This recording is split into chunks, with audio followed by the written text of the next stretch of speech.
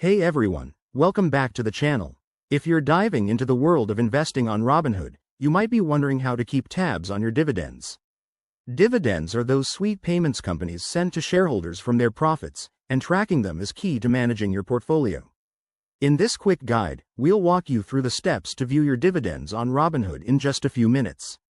Let's jump right in. First things first, make sure you're logged into your Robinhood app on your phone or through the website.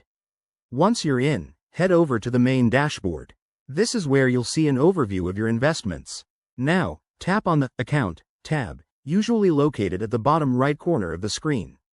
It's your gateway to all the details about your holdings and transactions. Next, scroll down or look for the History section. This is where Robinhood keeps a record of all your buys, sells, and yes, dividends. In the History tab, you can browse through your transaction list.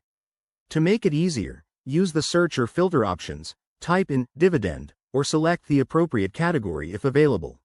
You'll see entries for each dividend payment, including the amount, the stock it came from, and the date it was paid. If you're on the web version, the process is similar. Log in, go to your portfolio, and click on Statements or Transaction History.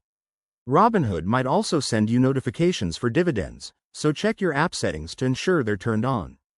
This way, you won't miss any payouts. One quick tip. If you don't see any dividends, double-check that you own stocks that pay them, like established companies such as Coca-Cola or Johnson & Johnson. Remember, not all stocks offer dividends, so it's all about your investments. And there you have it. Viewing dividends on Robinhood is straightforward once you know where to look. This can help you track your passive income and make smarter investing decisions. If you found this helpful, hit that like button, subscribe for more finance tips, and drop a comment below if you have questions. Thanks for watching, and happy investing.